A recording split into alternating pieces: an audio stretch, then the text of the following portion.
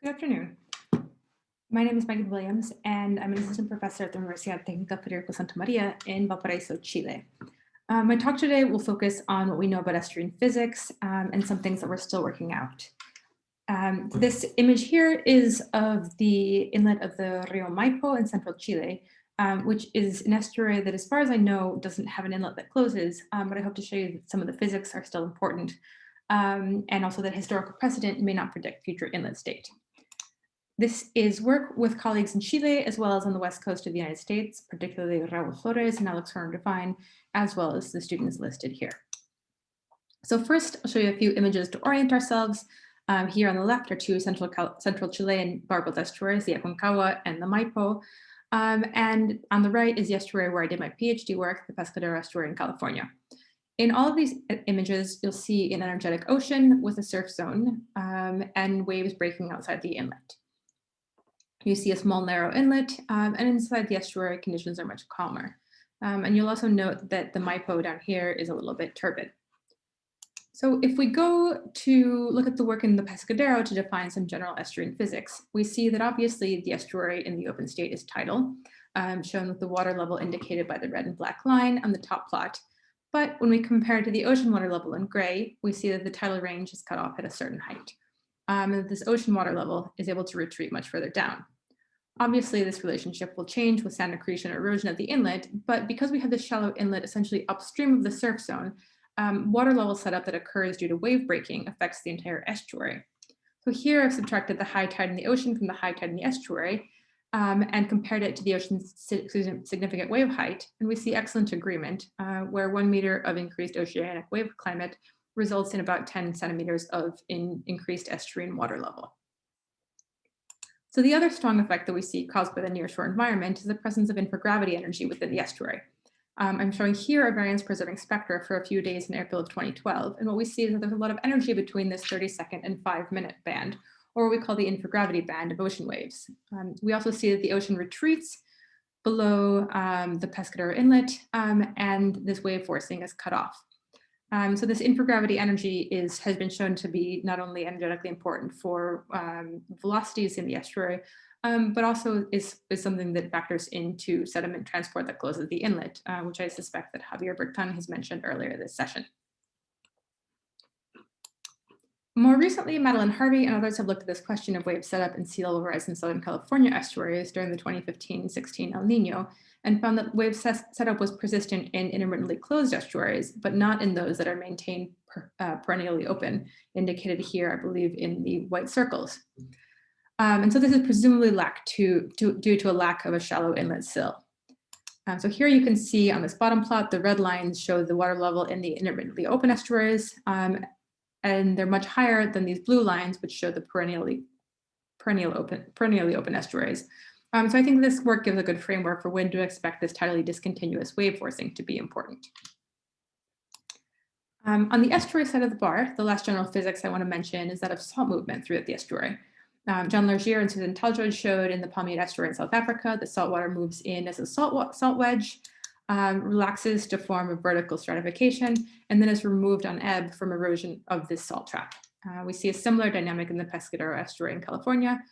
And we should note that salt is obviously not always removed, and that these high stratification conditions, both with an open and closed inlet, can be very important for water quality as well as for physics.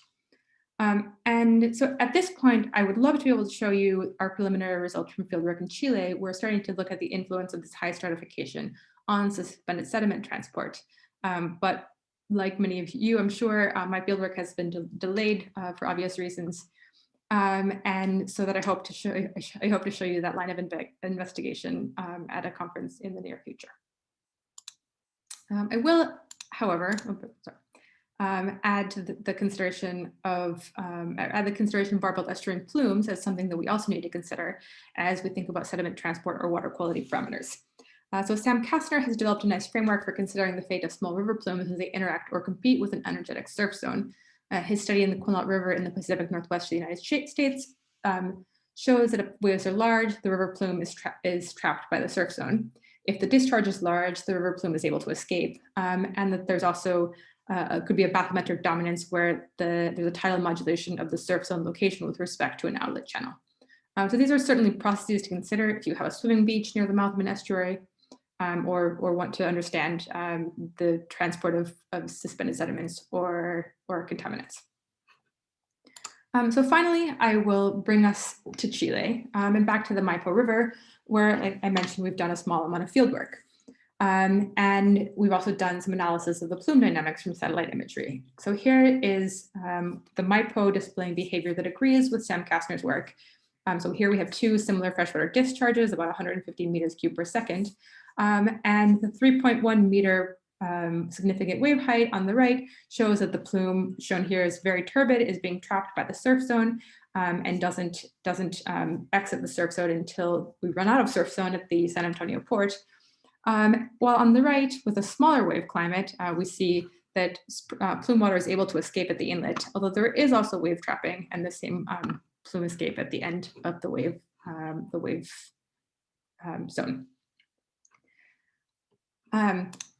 So, I mean, these are two examples with a really nice turbid and large plume, but we also have imagery that shows moments where there's very little river water visible.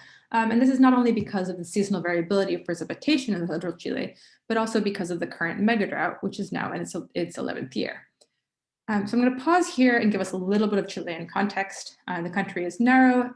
Continental Chile extends from 18 degrees south to 56 degrees south. And we have a north to south gradient of precipitation, shown here by this annual mean precipitation index with latitude. Since 2010, the country has been, or at least Central Chile has been under mega drought conditions, characterized not so much by any individual year, but by the length of time that we've had below average precipitation. Furthermore, much of Chilean industry requires water. We export fruit, vegetables, and wine, and Chilean mining is also a substantial water user. So that said, 2019 was particularly dry, even for this new normal we find ourselves, and in which the past decade has been the driest in 150 years of precipitation records. So in this extremely dry year indicated here and here, we did a field study in the Maipo plume with only about 5 meter cubed per second or possibly less of freshwater discharge entering the estuary. So here is the field setup. There was a pressure sensor just inside the inlet, measurement of velocity at the mouth, and a couple of CTDs and briefly an ADCP in the river plume. Complications with customs meant we actually did 2 short back-to-back deployments with different instruments. And what we observed in these measurements is that with such a small discharge that I mentioned, the wave climate completely overwhelmed the plume, which immediately turned right and moved up the coast. So I'm going to show you now measurements from the CTD that you can see is at the edge of where that discharge is bending. Here, the orange line shows the CTD measurement of salinity. You can see that there's not much freshwater. It's only about maybe 10 or 15 PSU is the minimum freshwater we see. And these plume conditions are pretty short in duration. But you also see that there's a lot of scatter or oscillation in the signal. So if we look at these oscillations of the salinity measurements and do some spectral analysis, we see that they are oscillating in an infragravity frequency indicated here between these 2 bands. So this figure shows that there is a little bit of modulation of the discharge on ebb by infragravity, but what we think is a more compelling explanation is what we see here.